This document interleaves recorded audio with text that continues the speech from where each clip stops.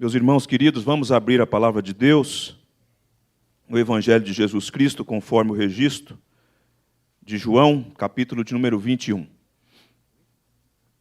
Saudade dessa igreja, em razão dos últimos acontecimentos de compromisso que nós tínhamos, já firmado há algum tempo. Nós nos ausentamos, embora certos de que Deus assistiu a noiva de Jesus aqui, pastoreando o coração, mas a saudade do meu coração de estar com vocês é algo que marcou esses últimos fins de semana no que diz respeito à minha ausência aqui. Mas nessa noite, nessa oportunidade, eu quero repartir com vocês esse texto, a leitura desse texto. E esse texto, na verdade, eu ia pregar uma outra mensagem. E ontem, quando eu cheguei em casa, que fiz a minha devocional, depois das 23 horas, nós tínhamos um compromisso, e depois das 23 horas, quando então o João aquietou com a minha esposa, eu fui fazer minha devocional sozinho e li esse texto. E foi uma devocional mesmo, como qualquer cristão faz ou deveria fazer. E eu li, e Deus falou ao meu coração de modo pessoal, de modo particular, naquela visitação que você sabe que Deus está te visitando, que Deus está trazendo alento para o seu coração. Então, hoje eu fiquei durante o dia relutando, porque é fruto de uma devocional, mas na esperança de que Deus falou comigo, e por conta disso, e por conta da sua palavra, melhor dizendo, há de falar a vocês, eu quero então repartir a leitura desse texto, que está no capítulo 21, versículo de número 1 ao versículo de número 14. E o tema da nossa mensagem é o restaurador de vidas despedaçadas. O restaurador de vidas despedaçadas. Diz assim o texto, Mateus, ou João 21, versículo 1, está escrito assim: depois disto, tornou Jesus a manifestar-se aos seus discípulos junto do mar de Tiberíades. E foi assim que ele se manifestou. Estavam juntos Simão Pedro, Tomé, chamado Dídimo, Natanael, que era de Caná da Galileia, os filhos de Zebedeu, isto é, João e Tiago, e mais 2 dos seus discípulos. Disse-lhes Simão Pedro: vou pescar. Disseram-lhe os outros: também nós vamos contigo. Saíram e entraram no barco, e naquela noite nada apanharam. Mas ao clarear da madrugada, estava Jesus na praia. Todavia, os discípulos não reconheceram que era ele. Perguntou-lhes Jesus: filhos, tendes aí alguma coisa de comer? Responderam-lhe: não. Então lhes disse: lançai a rede à direita do barco e achareis. Assim fizeram, e já não podiam puxar a rede, tão grande era a quantidade de peixes. Aquele discípulo, a quem Jesus amava, disse a Pedro: é o Senhor, é o Senhor. Simão Pedro, ouvindo que era o Senhor, cingiu-se com sua veste, porque se havia despido, e lançou-se ao mar. Mas os outros discípulos vieram no barquinho, puxando a rede com os peixes, porque não estavam distantes da terra, senão quase 200 côvados, isto é, 100 metros. Ao saltarem em terra, viram ali umas brasas, e em cima peixes, e havia também pão. Disse-lhes Jesus: trazei alguns dos peixes que acabastes de apanhar.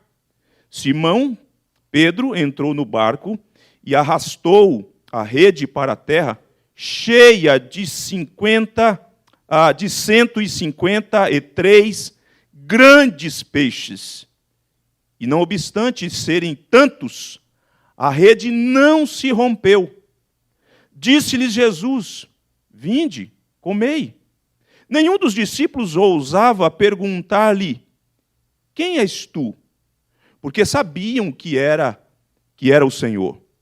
Veio Jesus, tomou o pão e lhes deu, e de igual modo o peixe.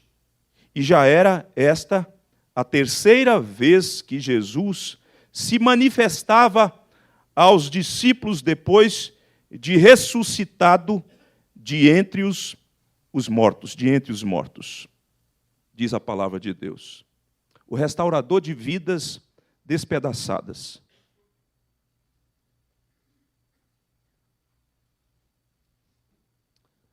Todos nós, irmãos, todos nós já enfrentamos na vida algum tipo de desgaste.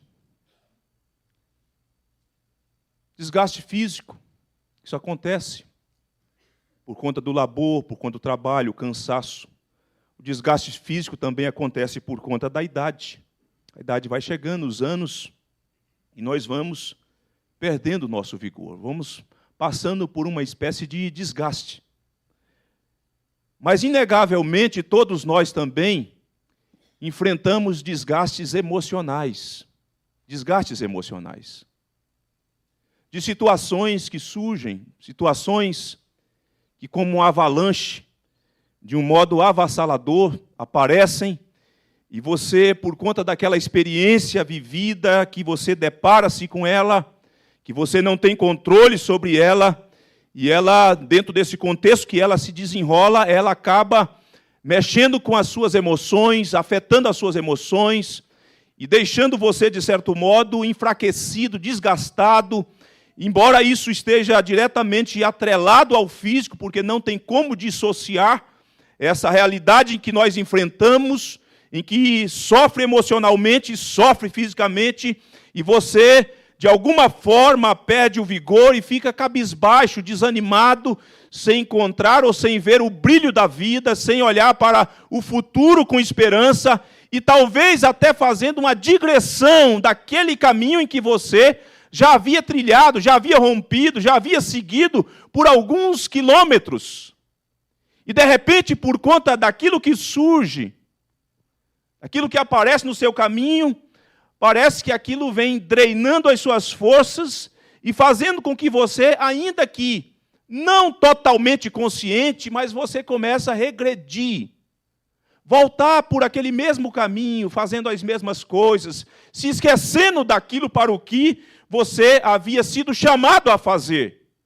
Havia acontecido um rompimento e você, a priori, lá no passado, decidiu fazer um rompimento e seguir adiante. Mas diante da experiência trágica que você enfrentou e não sabendo administrar, ou em algumas vezes não sabendo ou não compreendendo, não discernindo a razão daquele acontecimento, você então corre o risco de inconscientemente ou conscientemente, em alguma medida, voltar ao mesmo caminho, como que num retrocesso, sem saber dar explicações, porque você, de alguma forma, está com as memórias adoecidas, está com as emoções enfermas, doentes, e por conta disso você, sem saber o porquê está fazendo aquilo, o porquê está trilhando novamente aquele caminho, o porquê voltou a trilhar novamente aqueles mares que você já não navegava mais sobre aquelas ondas,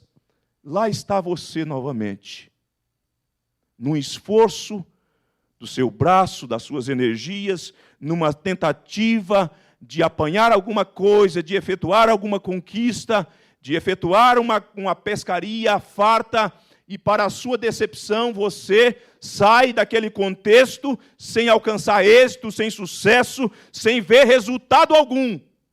E a única coisa que resta, e a única coisa que se instala no seu coração, conforme também aconteceu com os discípulos, é o cansaço e a decepção de não apanhar nada. De não apanhar nada.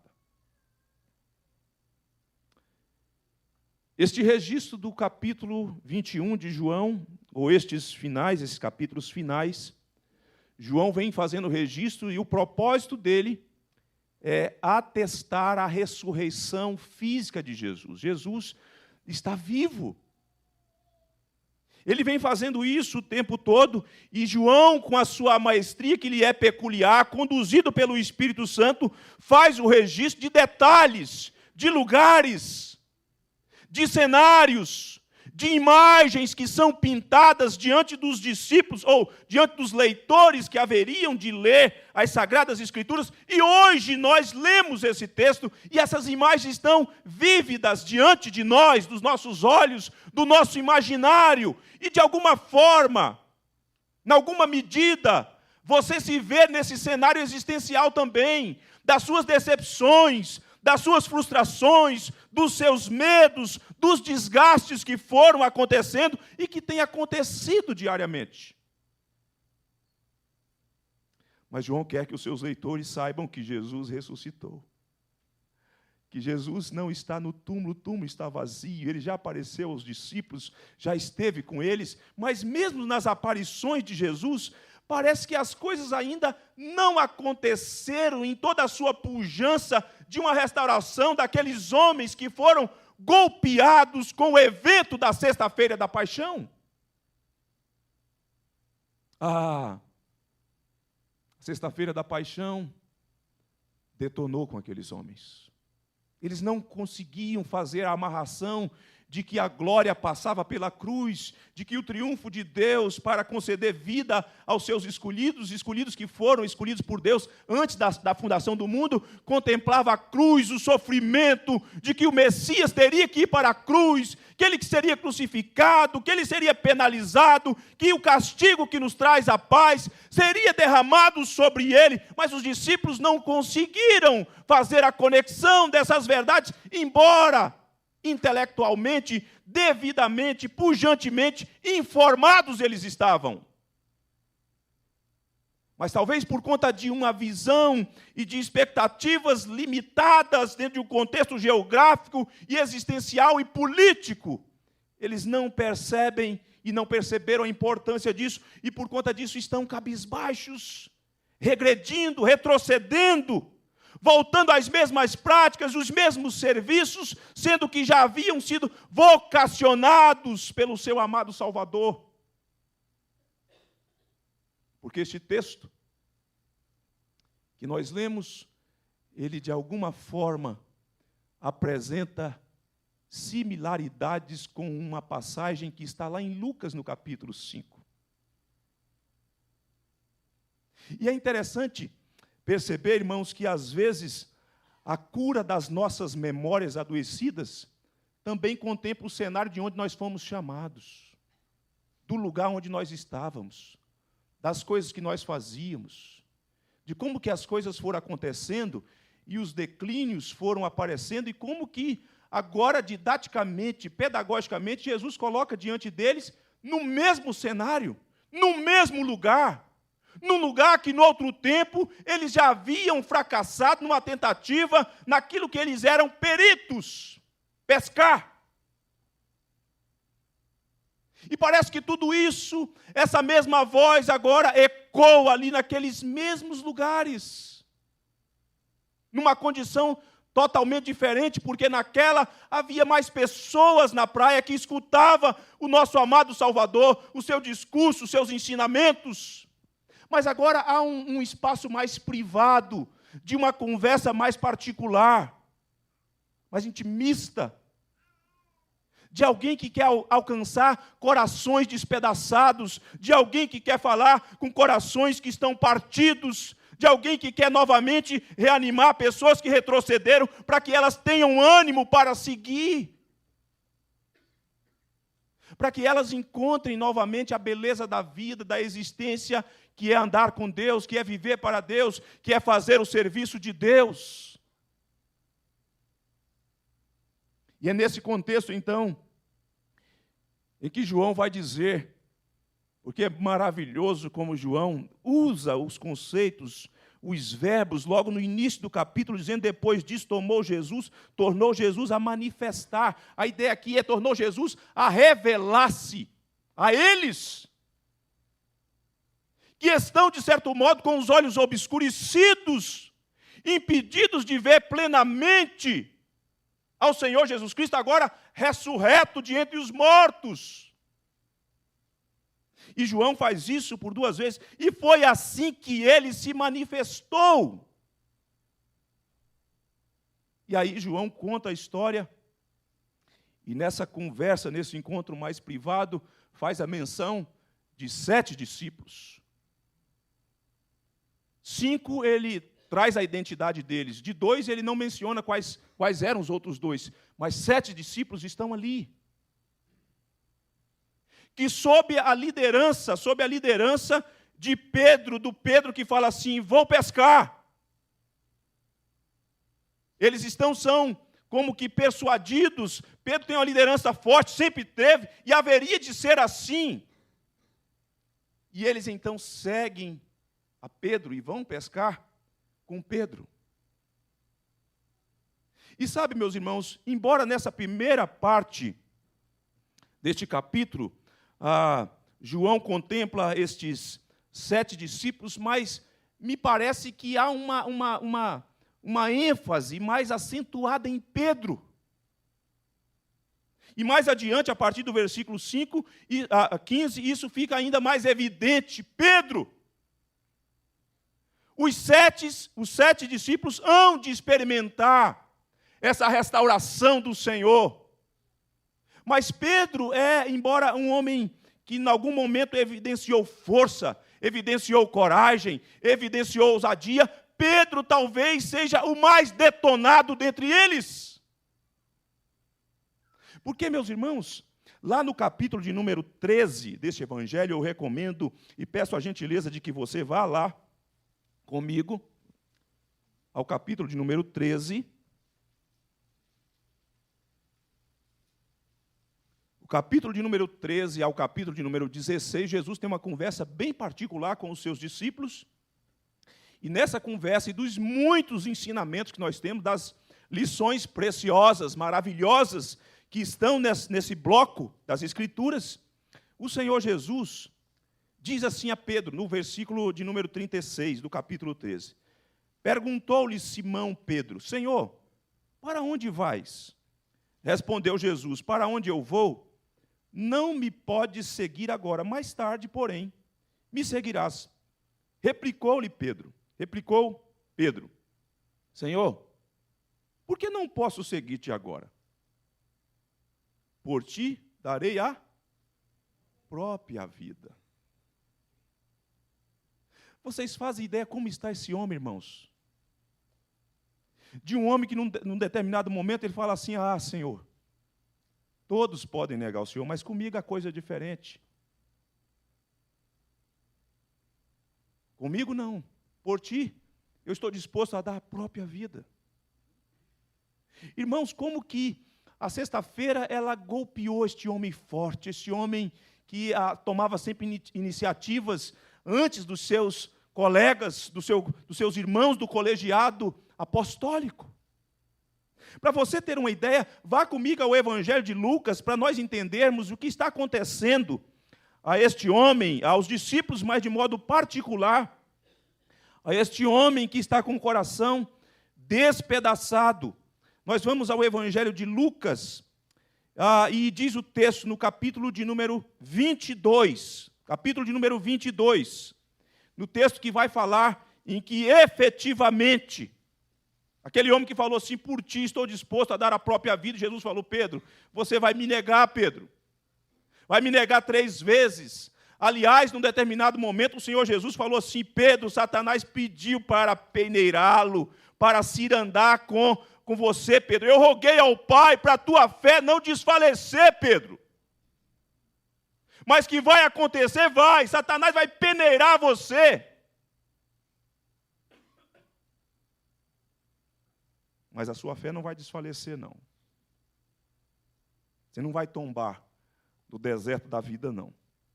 Quando chega nesse capítulo aqui, então, e diante dos acontecimentos, eu não vou ler todo o bloco que fala dessa negação, mas preste atenção no versículo de número 60.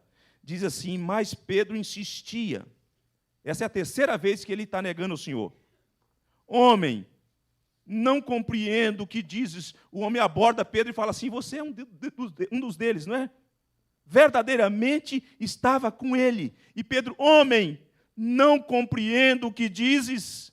E logo estando ele ainda a falar, cantou o galo. Preste atenção, irmãos, no versículo 61. Então, voltando-se o Senhor, fixou os olhos em Pedro. E Pedro se lembrou da palavra do Senhor, como lhe dissera: hoje 3 vezes me negarás antes de cantar o galo. Então Pedro, saindo dali, chorou amargamente. Um homem que, num determinado momento, bate no peito: estou disposto a dar a minha vida por ti, Senhor. E o Senhor diz: não, você não consegue. Você vai me negar. Não uma vez, mas 2, 3. E quando isso acontecer, Pedro, o galo vai cantar para você ser recordado do que eu estou te dizendo.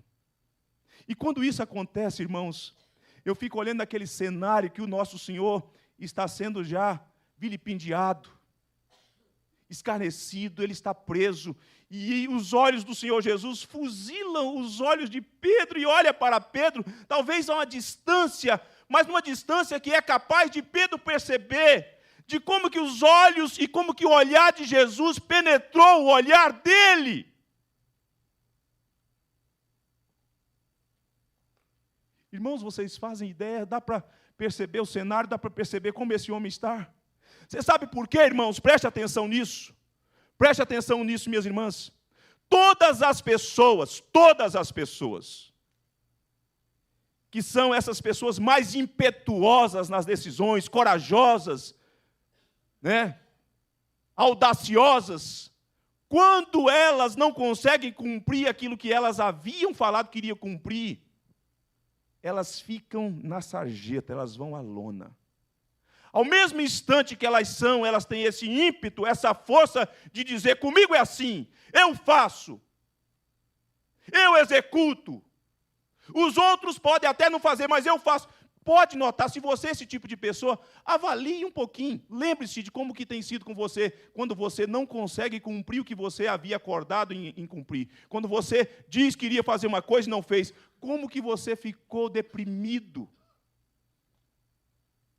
Sabe por quê? Porque quando isso acontece, a sua decepção e a sua frustração e o seu sofrimento, ele atinge o seu coração não só por conta da relação com o outro, mas por conta da relação consigo mesmo. Porque você percebeu que não deu conta e, portanto, você não honrou o outro e nem honrou a sua própria palavra e você então se sente um fracassado. Um fracassado. Isso acontece muito com essas pessoas que são assim. Essas pessoas mais enérgicas. E Pedro é esse tipo de gente. O Senhor fuzila o olhar de Pedro. O Senhor olha de modo penetrante no olhar de Pedro, nos olhos de Pedro. E Pedro percebeu que ele, de fato, não deu conta de fazer aquilo que ele havia falado que faria. E só resta uma coisa: chorar, e chorar, e chorar amargamente, porque não há outra solução, não há como reparar o que foi feito circunstancialmente. Desânimo, decepção, frustração. E Pedro está de volta lá no lugar onde o Senhor um dia disse a ele: doravante serás pescadores ou pescador de homens. Lucas capítulo 5. Ele está de volta ao mesmo lago. É o mesmo lago. Ele está de volta ao mesmo cenário geográfico. Ele está de volta num lugar onde um dia ele havia fracassado, onde um dia ele não havia pescado nada, mas onde um dia também o Senhor havia falado com ele, falando: lançai a rede, e ele então disse: sob a tua palavra, Senhor, essa noite não apanhei nada, mas sob a tua palavra lançarei a rede. É o mesmo lugar. Parece-me que o Senhor tem nessa sua forma didática, pedagógica, de trazer cura para as almas daqueles que se decepcionaram e decepcionaram ao Senhor, levá-los de volta a esse cenário para que eles recobrem ânimo a partir dali onde aconteceu o encontro. Para que eles percebem que aquele que um dia chamou pela primeira vez, continua o mesmo.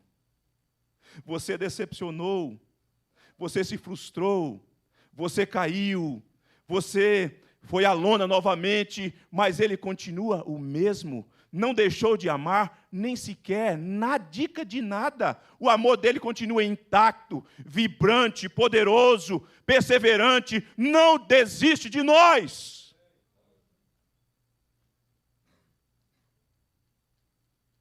É nesse cenário que o Senhor se manifesta. É nesse cenário que o Senhor aparece onde, novamente, na história de Pedro, e agora acompanhado dos seus sócios, os filhos de Zebedeu, e agora de Natanael, de Tomé e de outros 2 discípulos, cuja identidade não é revelada. O texto diz que, sob a liderança dele, esses homens foram com Pedro. Alguns dizem o seguinte: eles foram porque é legítimo, fazia parte da profissão de Pedro. Um outro grupo de intérpretes diz: não, eles foram porque, afinal de contas, eles tinham dívidas que precisavam ser saldadas e então tinha que trabalhar para saldar as dívidas. Isso é possível. Mas eu penso que Pedro voltar a pescar, isso tem a ver com aquilo que ele ainda experimenta, muito embora já sabendo, escutando aqui e ali, e tendo já tido a oportunidade de estar com o Senhor Jesus Cristo, mas ele ainda não está plenamente restaurado. Ele regride, então.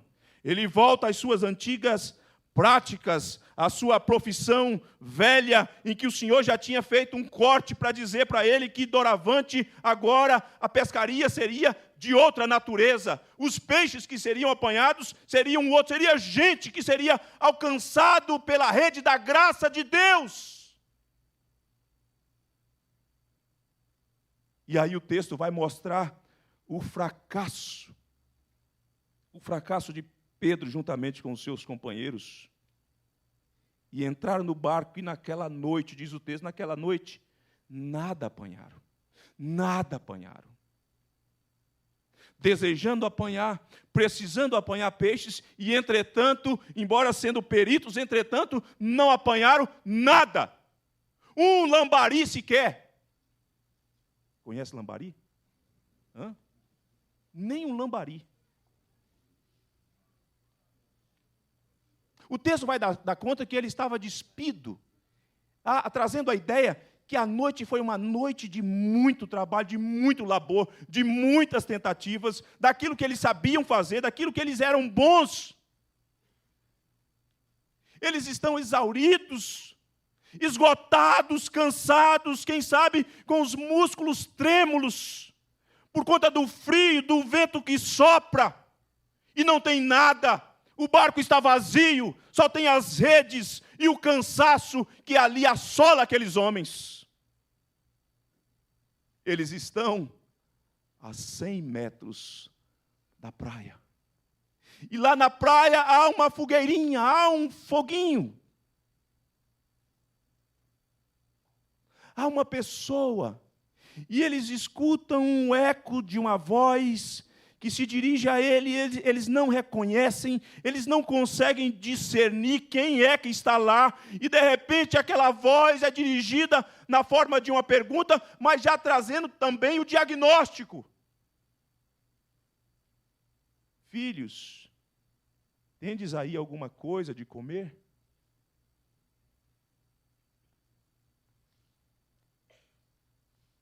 E a ideia, de modo literal, é que o Senhor Jesus está dizendo o seguinte: filhos, não tendes aí nada de comer. Ele sabe que eles não apanharam nada. Ele sabe que a noite foi uma decepção, mais uma decepção, daquilo que eles estão vivenciando, das crises que eles estão experimentando. E nesse cenário, o Senhor Jesus, o restaurador de vidas quebradas, de vidas despedaçadas, vai usar 3 coisas aqui nesse texto que nós lemos para promover a restauração destes homens. E o primeiro recurso que o Senhor Jesus vai usar é o recurso da comunicação. O Senhor Jesus está manifesto ali, para se dar a conhecer aos discípulos, para que eles possam perceber e entender que Ele, de fato, ressurgiu de entre os mortos, mas não fica só na visão de estar na praia. Ele, então, se comunica, assume a dianteira, se dirige àqueles homens com a sua voz amorosa, chamando-lhes de filhos. Filhos. Porque, irmãos, é a experiência nossa, de alguma forma, em alguma medida, em alguma extensão. Quando nós naufragamos, quando nós retrocedemos de alguma forma, ou sujamos as nossas vestes, dúvidas são gestadas no nosso coração, dúvidas assaltam-nos. E como é precioso, dentro desse contexto de fracasso, escutar a voz do nosso amado Salvador que se dirige a nós, falando: filhos, filhos, filha, sou eu que estou falando, filho. Preste atenção. O que você procurava, o que você pensava que necessitava, você não conseguiu nada, tendes aí alguma coisa? E a resposta que você tem dentro de tudo aquilo que você vivenciou, nada, não tem nada. Embora tenha buscado, embora tenha voltado aos mesmos caminhos, embora tenha transitado nos mesmos contextos e vieses da vida nos quais eu transitei, não tem nada. Embora eu pensasse que fosse apanhar alguma coisa, que fosse obter algum sucesso, eu não tenho nada. A vida continua do mesmo jeito. Nada, não tenho nada. Porque sem Cristo nada podemos fazer, sem Cristo nada podemos obter, sem Cristo somos nada e não temos nada. Sem Cristo a vida é sem sentido, sem Cristo a vida é vazia, sem Cristo a vida não tem nenhuma graça, irmãos. Não tem nada, não apanhamos nada. Embora tenhamos empreendido todos os nossos esforços, toda a nossa perícia, todo o nosso conhecimento, não temos nada. Embora necessitando e embora almejando ter, não temos nada. E na comunicação, o Senhor Jesus dá uma orientação. Faz uma pergunta e agora uma orientação. Lançai a rede à direita do barco e achareis. É interessante porque eles vão fazer, diz o texto, assim fizeram, e já não podia puxar a rede. Enquanto que lá em Lucas eu disse que tem algumas similaridades com o texto de Lucas e algumas coisas não. Porque lá eles fazem, dentro desse contexto, que a fé acaba tendo um grau de exercício da fé, de obediência. Aqui eles fazem como que no automático. Lá o Senhor Jesus diz, Pedro diz, sobre a tua palavra lançarei a rede. Aqui eles lançam. Eles não discerniram ainda quem está falando com eles, mas eles assim mesmo procedem. Agiram assim, como que numa obediência mais automática. Se alguém está falando que é para fazer, então vamos fazer. E eles assim procederam. E para o espanto deles, um milagre. Porque quem está na praia é quem criou as águas da praia.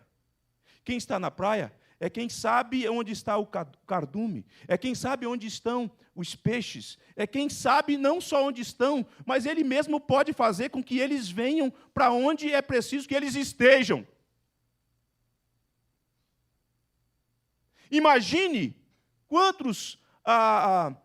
em que distância aqueles homens estavam da praia, quantos eles trabalharam aquela noite distante da praia, agora eles estão voltando, faltam 100 metros para chegar à praia. Eles não imaginam que ali está aquilo que eles estavam procurando. Diz o texto, então,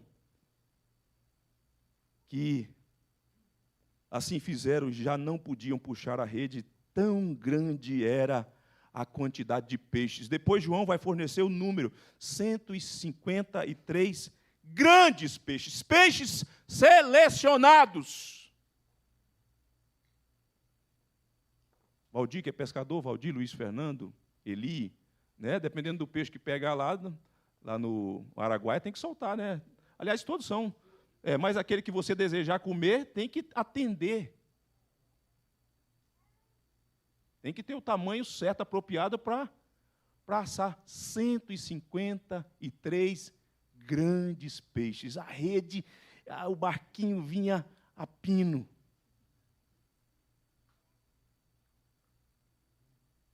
De repente, diante desse cenário, desse milagre, porque o Senhor vê tudo e sabe tudo, o Senhor vê tudo e conhece tudo, há uma reação do discípulo amado. Aquele discípulo a quem Jesus amava disse a Pedro: é o Senhor. É o Senhor.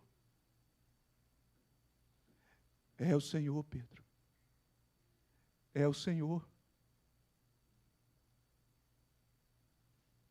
Esse acontecimento aí, Pedro, isso tem alguma coisa, isso é o Senhor que está lá.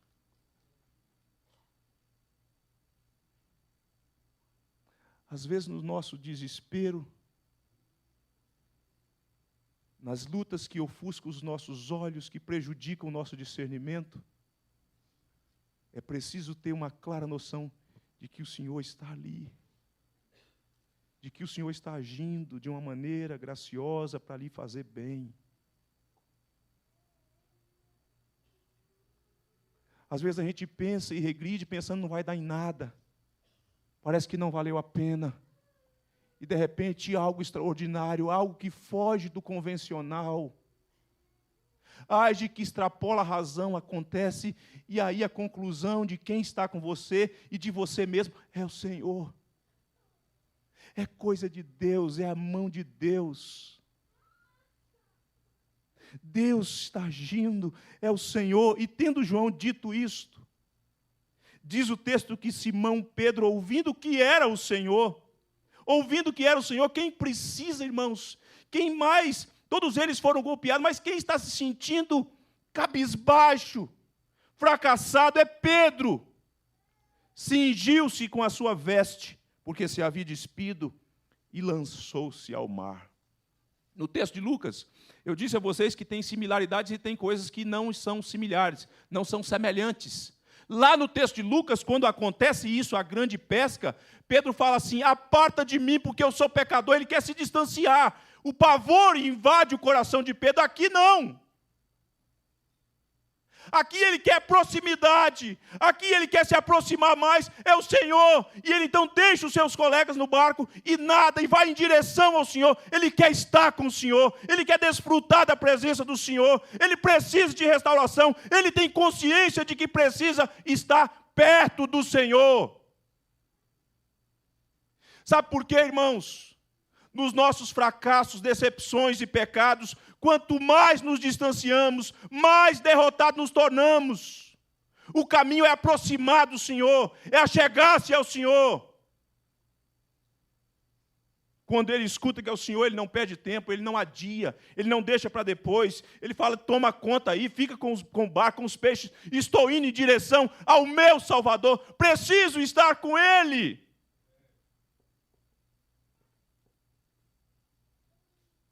Quando você fracassar, quando você pecar, se você negar o Senhor, a voz do seu próprio coração enganoso, a voz do diabo vai querer fazer com que você pense que a melhor coisa é distanciar, é se esconder. Isso é a síndrome de Adão dos nossos primeiros pais, que quando falharam, fugiram da presença de Deus, se esconderam de Deus, ficaram envergonhados. A culpa pesa, irmãos. A culpa nos massacra, a culpa rouba, drenam a nossa esperança todinha. E o seu próprio coração, as vozes internas de você, que estão dentro de você, vão querer fazer com que você pense que o melhor caminho é se afastar, enquanto que aquilo que o Senhor está realizando é um chamado para você se aproximar. Vem para perto de Deus, vem para perto do Senhor, porque Ele tem preparado um banquete para restaurar o seu coração. Ele tem pão e peixe, tem fogo para aquecer novamente a sua alma, fria, adormecida, insensível. Venha. É o Senhor. E Pedro, então, sai a nado em direção ao seu Salvador. Eu creio que ele nadou. Ele vai em direção ao seu Salvador. Comunicação, resposta, decisão. Mas nós vemos nesse texto ainda uma segunda coisa que faz parte dessa restauração, que é a provisão.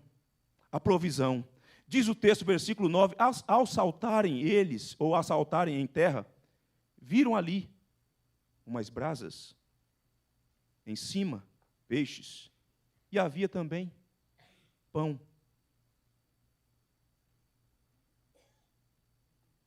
É interessante, meus irmãos, que esse detalhe do fogo na praia, de alguém que passou a noite toda pescando,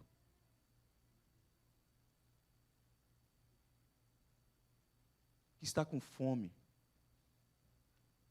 que está sentindo frio, precisa de ser aquecido, precisa de ser alimentado. Ninguém melhor do que o Senhor para saber quais são as suas reais necessidades. O que eu acho e vejo uma lição preciosa nisso, é que quando Pedro negou, ele estava à beira de fogo. Você lembra do texto lá de Lucas? Ele está próximo de fogo, ele está procurando fogo para se aquecer, ele vê o cenário, ele vê o Senhor, ele caminha distante do Senhor, ele fica de longe, ele segue o Senhor de longe, e ele dentro da noite que vai se desenvolvendo, se esticando, ele tem frio e ele se aproxima de uma fogueirinha. Ali ele é interrogado, ali ele é identificado e ali ele nega o Senhor por 3 vezes. Negar o Senhor perto do fogo, talvez essa imagem trouxesse a Pedro e fizesse com que ele pensasse e abrigasse no seu coração que agora ele estaria banido para sempre. Que não há mais possibilidade. Quem sabe ele tenha cogitado isso no coração. Mas o Senhor usa o cenário e lá tem fogo. E este fogo é para que, novamente, ele experimente isso fisicamente, de ser aquecido, mas também, quem sabe, uma demonstração de aceitação. Se você rejeitou, se você decepcionou, se você negou diante do fogo, e você tem essas coisas ainda cravadas na sua mente, aqui há aceitação, Pedro. Aqui há provisão para você, aqui há provisão para o seu físico, mas provisão também para a sua alma, fogo, pão e peixe assado, Pedro. Você precisa comer, você precisa ser aquecido, Pedro. Aproxime-se. E lá estão todos eles que vão se achegando e aproximando. E de repente o Senhor Jesus diz assim: trazei alguns dos peixes que acabaste de apanhar. E isso nos prepara para um outro elemento da restauração, que tem a ver com comunhão. Porque quando o texto avança, nós vamos perceber no versículo de número 12, diz assim: disse-lhes Jesus, vinde e comei. E o texto diz assim, no final do versículo, que eles não perguntaram quem és tu, porque sabiam que era o Senhor. E aí o texto diz assim: veio Jesus, tomou o pão e lhes deu, e de igual modo, o peixe. Esse elemento que traz a ideia também de uma refeição que se desenrola num contexto que é propiciado comunhão. Comer dentro daquele contexto traz muito essa ideia de gente que é chegada, de gente próxima, de gente amiga, de gente que faz parte desses laços estreitos de uma relação de comunhão. E o que é maravilhoso, irmãos, o que é maravilhoso é que o Senhor, o Deus que prepara a fogueira, o Deus que assa pão e peixe para alimentar os seus que têm necessidades, Ele assume a figura de servo mais uma vez. Ninguém mete a mão no peixe, ninguém mete a mão no pão. É Ele que serve aos seus discípulos cansados, famintos, esgotados. É Ele que pega pedaço de pão e pedaço de peixe e serve a cada um individualmente. E eles tomam e comem deleitosamente. Um Deus gracioso, grandioso e bom que se fez homem, que assumiu a figura de servo, que lavou pés de gente, agora prepara a refeição na praia para alimentar pessoas desfalecidas, pessoas que estavam detonadas por conta daquilo que elas haviam vivido. O nosso amado Salvador é especialista em restaurar vidas despedaçadas. O nosso amado Salvador é especialista em acolher pessoas que se sentiam rejeitadas, não porque o Senhor disse alguma coisa, mas porque elas mesmas começaram a ouvir as vozes do seu próprio coração, e as vozes que estão por aí, poluídas, mentirosas. Porque um dia, num determinado momento, negaram ao Senhor, um dia, num determinado momento, trilharam em caminhos que não deveriam trilhar. Se você olha para esse texto e pensa assim, pastor, mas isso com Pedro aconteceu, e isso é bonito de ouvir, isso é maravilhoso de escutar, de saber e de receber a informação, eu quero dizer que o Senhor faz assim com você também. Talvez você veio hoje com o coração despedaçado, sua vida está fragmentada, você está abatido, seu coração está sangrando, você se sente decepcionado consigo mesmo. Porque mais uma vez você fez o que não devia fazer, porque mais uma vez você transitou em caminhos que não devia trilhar. Deus restaura você novamente.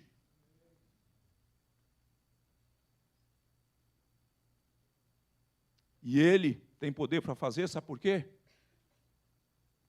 E Ele tem a prerrogativa para fazer, sabe por quê? Poder e prerrogativa legal, porque Ele foi à cruz. Porque Ele assumiu o nosso lugar um dia.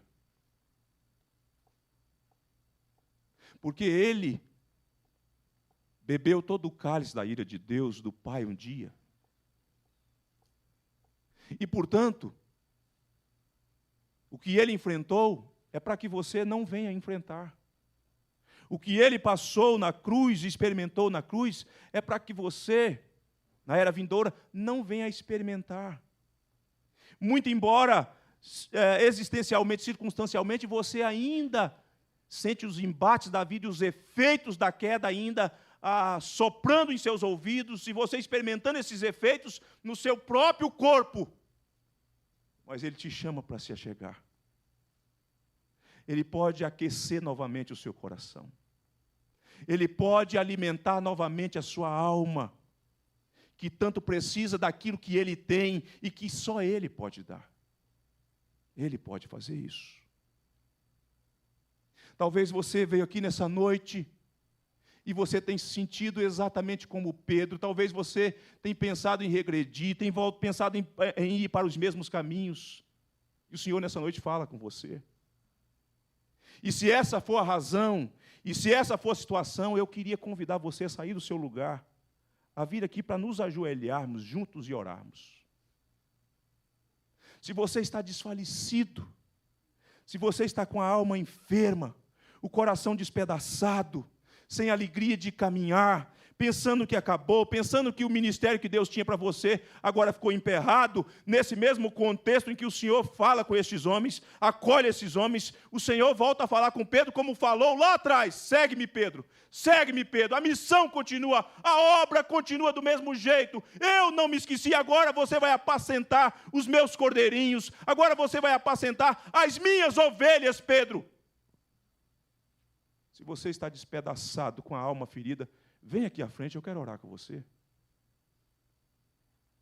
Se você está com o coração machucado, vem aqui à frente, eu quero orar com você. Se você tem escutado vozes que têm feito com que você pense, não tem mais jeito para mim, vem aqui à frente, eu quero orar com você. Se você, em algum momento, negou a sua identidade cristã por conta da pressão, vem aqui à frente, eu quero orar com você. Pedro negou, ele foi identificado, as pessoas sabiam que ele tinha relação com o Senhor, mas ele não suportou e disse, não conheço esse homem, nunca estive com ele. Vem aqui, eu quero orar com você. Não há magia nisso. É passo de fé. É a consciência de que a voz do amado Salvador se dirige a nós nessa noite, dizendo, filhos, que tendes aí? Talvez você diz, não tem nada, está vazio, não tem nada, está um oco.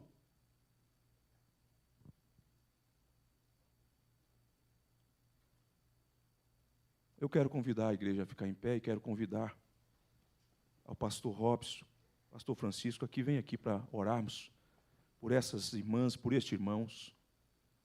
Eu quero convidar o conselho, os presbíteros presentes, para que venham aqui para orarmos com essas pessoas.